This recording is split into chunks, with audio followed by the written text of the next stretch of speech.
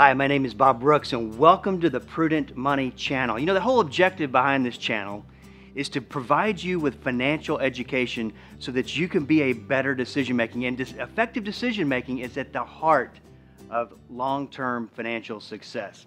Let's talk a little bit about the common denominator of success.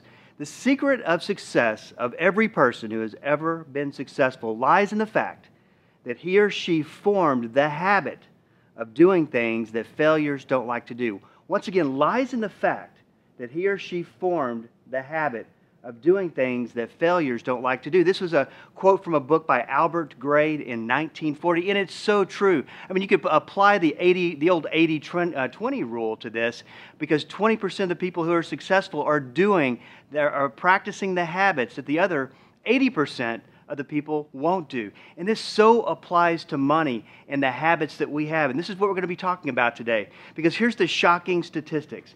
Average savings of a 50-year-old is $42,000. Average net worth of a 55 to 64-year-old. Now this is, think about that. 55 to 64 is a time period in a person's life on that investment timeline that you should have a bulk of your money accumulated for retirement, but yet the average net worth is $45,000.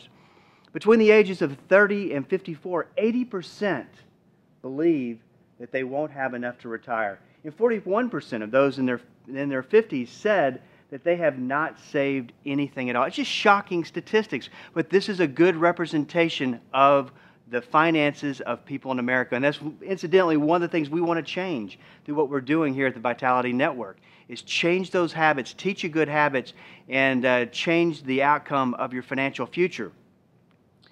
I've mentioned this book before in a video that I did on communication and marriage, The 7 Habits of Highly Effective People. A powerful book by Stephen Covey. It's an old book. It's been around for a long time, and the information is timeless. I mean, I think everybody should read this book. This should be on everybody's bookshelf. He talks about the 7 habits, and he keys in on the third habit of putting first things first, prioritizing those habits that lead to long-term success. In fact, it was such an important habit, he followed up with a book, First Things First. In fact, it was almost twice the amount of information than in his first book. But an extremely important thing is prioritizing those habits that give us long-term success. Now, he illustrates with a matrix. And now this is, I'm going to talk about it from a time management perspective, and then I'm going to shift this to the emotional decision making with money and apply about the same thing that he's doing. He has 4 quadrants on this: the urgent and important things that we do, the not urgent but important things, the urgent and the not important, and the not urgent, not important. So basically the premise is that where you spend your time on a daily basis, which quadrant do you spend it in? Now his key point is that it should be quadrant 2. It's not urgent, but it's important. It's the things, it's what people in the 20 percentile of success are doing. It's the habits that people do that make them long-term successful. But what we end up doing is we kind of work down here in this urgent, not important.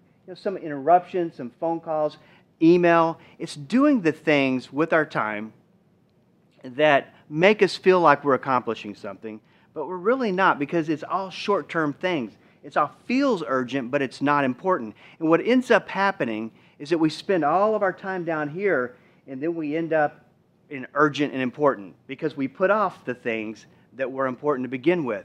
And so now we're operating in a crisis mode, deadline mode, trying to meet deadlines. It's chaos. And this is what we want. Obviously, we want to stay out of this by focusing on not urgent but important things. I'll give you a good example. And this is for my own life, is that I would catch myself putting a list together of the night before of what I need to take care of. And so I had it ranked in A items, B items, and C items. Well, the next day, first thing in the morning, I sit down with a cup of coffee and I start working on my computer, and my eyes automatically shift to my email. Now, checking email is not an A item, right? But I start going through the emails and maybe really looking at some research. And then I look at my list. I'm 30 minutes into my day. I look at my list, and the B items, I think, well, if I knock off some of these B items, I accomplish a lot of my list, and then I'll focus on the A items. It's such a backwards way of thinking. You get the A items done first, but why we don't do the A items or the quadrant 2 items is because it takes extra work. Maybe we're uncomfortable with it. Maybe it's something we're kind of dreading for a reason of insecurity. Whatever it is, we're kind of putting those off. That's the problem that Stephen Covey illustrates with this time matrix, is we're not doing the quadrant 2 activities. So what ends up happening is we hang out here in quadrant 3. As a result, we end up in quadrant 1 where everything's urgent, everything's on fire, you're dealing with crisis, and then we get burned out. You get burned out, and then you escape to not urgent, not important. The time wasters, the things that we just, we go to Facebook just to get away, and things like that, to where you're kind of getting away from reality. Now, there's nothing wrong with killing some time, but during a productive workday, that's not what you want to do. You want to be focusing once again on the not urgent but important items. And that's the challenge, because it's not really urgent. Relationship building doesn't seem urgent at the time, but it is important. Planning may not seem that urgent, but it's important. And the more that you focus on, and by the way, a key point is that the more that you focus on quadrant 2 activities, the less likely you're going to be in quadrant 1. That's the key focus. So if you find that your life is in chaos and you're kind of managing by crisis, managing to hit deadlines, and always just kind of running up to those deadlines, then start focusing on how can I organize my time by a quadrant 2 lifestyle. Now, if we take this same premise and we look at it from an investment standpoint, it's very applicable. From an investment standpoint, we're talking about effective decision making, not so much time management. What do we do with our time that helps us, and what kind of activities do we undertake with our investments that help us to become effective decision makers?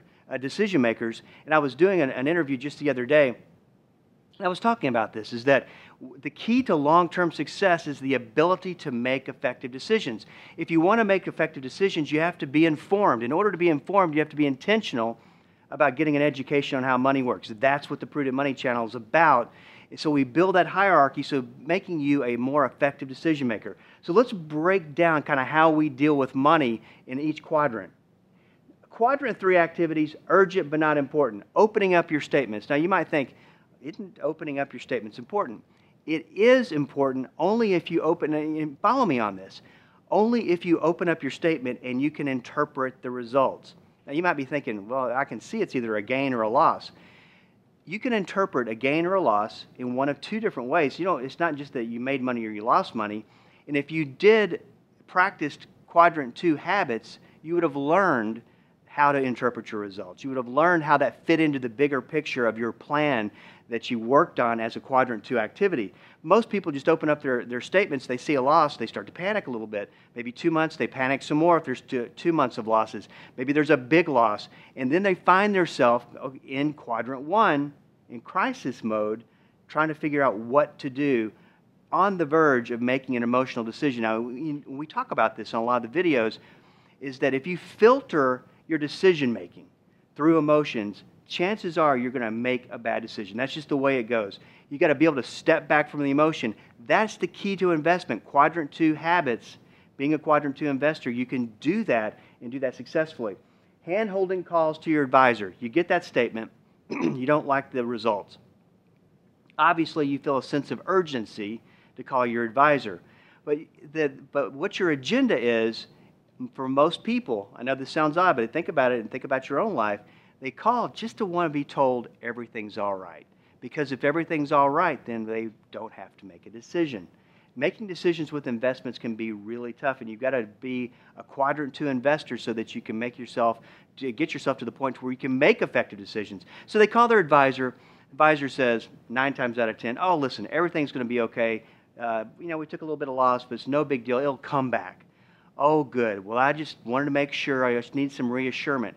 The right way to do that, if you had been practicing quadrant 2 habits, is you call up the advisor and say, well, listen, what if it doesn't? What's your plan B? What are you going to do instead? Why? And you know the questions to ask, and you make that a productive call instead of what I call a hand-holding call.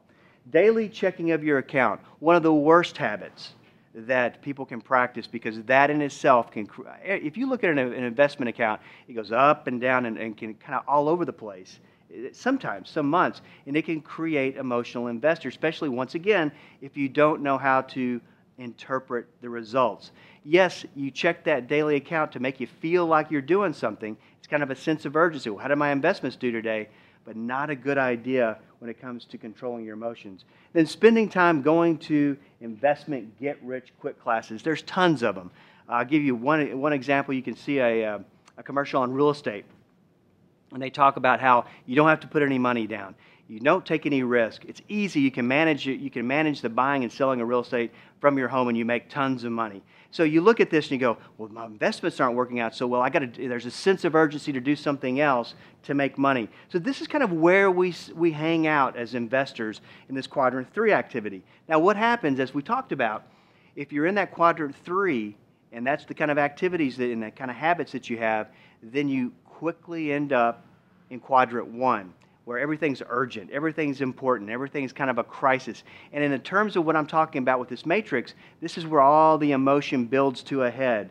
You get big losses in your account. You're falling behind in your goals, not knowing where you are. And I got to tell you something. People that I've met with for years come into my office and they go, oh, I'm just not prepared for retirement. I mean, they could have $1 million sitting in accounts and still think they're not prepared. You know why they don't think they're prepared? Because they don't know. And I'll ask a question, so how do you know you're not prepared? Well, I'm just not prepared.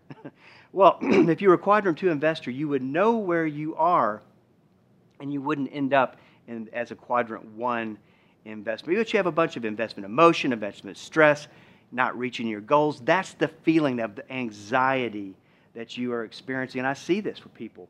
They feel that anxiety. They're living in that quadrant 1 when there's no need to be there at all. Now, what happens in quadrant 1 as an investor when you're dealing with that constant stress, the financial stress, you escape. You get down to quadrant 4 as quickly as you can, because here's where all the stress is. I truly believe this in working with people, is that they're in quadrant 1, the emotion's high, the stress is high, and it's high because they are fearing they've got to make a decision. And they're scared to death to make the wrong decision. This is why people stay stuck in investments, because they're not good decision makers, and they know they have to make a decision, but they don't want to for fear of making the wrong decision. So they escape decision making by going into quadrant 4. And there are a couple of things I think that investors do. I'll start with the bottom one first, denial. It's so easy to ignore the problem. I've talked to people and they go, well, you know what, I just don't look at the statements. And unfortunately, pop culture finance will tell you, and I've seen people, heads of mutual funds, will get on programs like CNBC and say, just don't look at your statements. That's horrible advice. Obviously, you want to be connected, once again, to be able to interpret that. But what people do is they just live in denial. And I call it the statement in the drawer strategy. I talked about this in a seminar one time, where investors they'll get their statements with all the intentions of looking at it, but they're scared to death to look at it, so they throw it in the drawer. I said, everybody's got a strategy. That's a strategy. Not a good one, but that's a strategy. And then they'll search the internet for predictions and forecasts, looking for something to tell them what to do.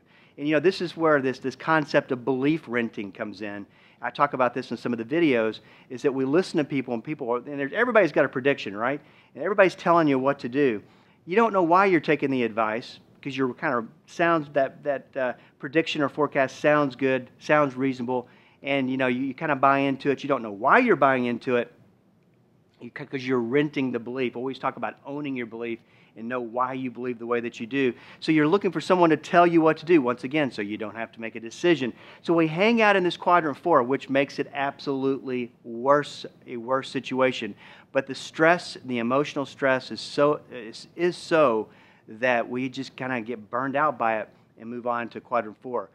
This is where you want to be, quadrant 2 activities. Make sure that you're in the right investments for your risk level. I can't tell you how many times I've looked at a person's investments and just scratching my head as to, because I know their risk level, why they're in such aggressive investments. And this causes so many problems down the line. And if you've got to be able to, everybody's got what I call a prudent money DNA when it comes to risk, how they react to risk. Some people can't stand to see any loss on a statement. Some can stomach it. Some can stomach it up to a certain point. Some people understand how to interpret it. It's all in your financial DNA, your prudent money DNA. So making sure that you have the right risk level is key. And I'll tell you of a resource. You can go to prudentmoney.com. There's a risk survey there. It's something that I created. And if you fill that out, it's 10 to 12 questions. Take you about 10 minutes to do. I will send you back a risk analysis and tell you how you are wired when it comes to risk. The second one is identify and fix any problems that you might have with your investments. And this is just keeping everything kind of audited. You know, you may have a mutual fund in there that's not acting right, or a mutual fund that all of a sudden it's kind of been predictable. Now it's not so predictable. And you need to make sure that you're sticking with the right investments that you've chosen based on your risk level. So it's important to audit it. You can see how these things keep you out of crisis mode. Make sure you're working with the right advisor that can get you from point A to point B. I did a video on how to pick a financial advisor that you can trust, because trust is so key. You might want to watch that. It'll help you to evaluate your relationship with your financial advisor.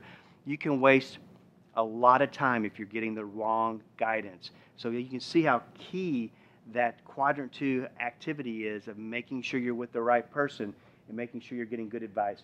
Make sure that you have a plan B in the event plan A is not working, and know when to implement that plan B. This is key. Most investors just did not, there's a whole video on this. Most investors just have a plan A attack. That, and plan A works well when the market's going up. But when the market's going down, what's your plan B? Now, Pop Culture Finance will tell you just stay invested. That's plan A. I don't know about you, but I don't want to be in a plan A strategy in a plan B world. Now, ahead of time, now think about this for a second. If you're really in tune to these quadrant 2 activities and these habits, and you know what your plan B is, then you know what point you're going to pull the trigger and say, I'm going to plan B. And there's a lot of different ways to do that. But this is at the point that I'm going to plan B. Do you think you're going to be stressed? You're making confident decisions. You're not going to be in quadrant 1. You're going to remain a quadrant 2 investor. Make sure you have a plan so that you know where you are going. So very critical. I wish that everybody would really consider making sure they got a plan and making sure that they know that they're on track. And that's the thing. That can produce quite a bit of stress, financial, emotional stress in your life, that if you don't have a plan, you certainly don't know if you're on track or not. But by having a plan, you know you're on track and you know where you are, and you're not living in a state of denial. Be intentional about tracking. You can have a plan, but it does you no good if you're not working that plan, knowing where you need to be at the end of each year and making sure that you're on track. Being a quadrant 2 investor is all about I think it circles back around to habits. Having good habits. Making sure that you know that you're on track. Making sure that you know your risk level. Making sure, and here's the thing, is that if you practice these habits, it doesn't really take that much time once you kind of get your system up and running. These are the things that make us an investor long-term successful. Because here's the reality of it. You just don't have time for bad habits. Long-term success is dependent upon good habits.